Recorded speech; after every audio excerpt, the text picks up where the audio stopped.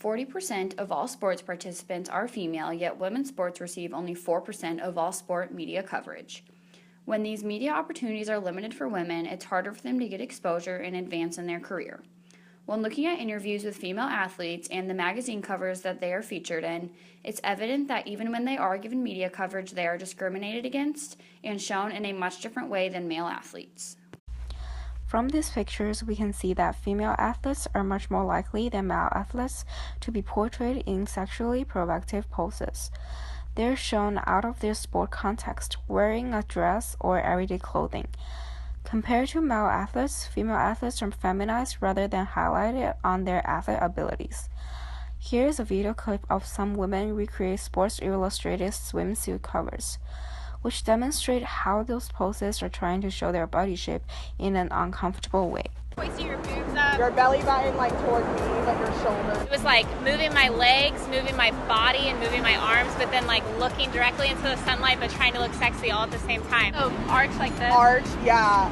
It should be uncomfortable. Okay, shoulders, hands this way, butt that way. My ass was on one side, my shoulders had to be straight, and then the wind was doing crazy things with my hair.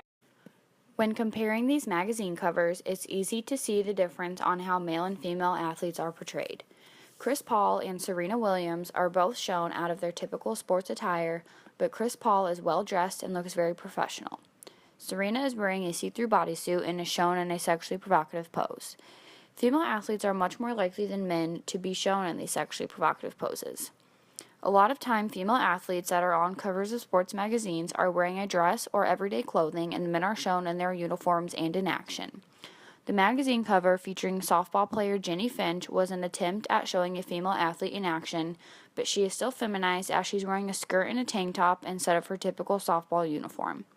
Female athletes are too often feminized on these covers rather than highlighted on their athletic abilities. The first clip is a segment from the Olympics this past summer. Katinka Hosu is a Hungarian swimmer that shared multiple records, yet the news media constantly made an effort to give all the credit to her husband/coach, therefore diminishing her achievements as an athlete.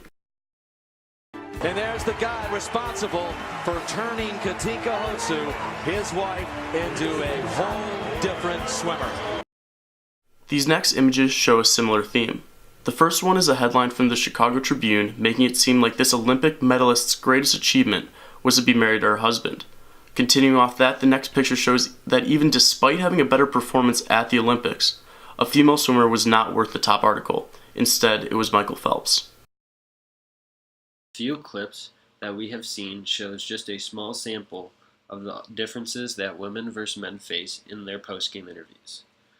As a result of these objectifying questions asked by the media, the gap between men and women's sports are further solidified. These objectifying questions that women are asked has an effect on the general public.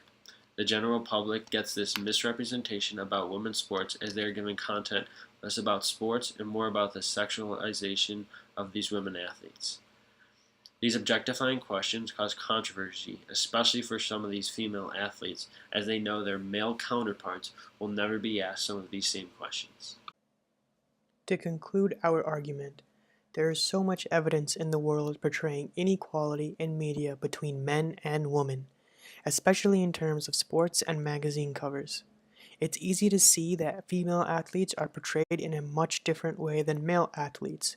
It is harder for women to advance in their careers and harder for them to pursue or represent themselves the way they want to be represented. It is our job to listen to those who want to bring change in the world and see both men and women treated equally in both professional and personal matters.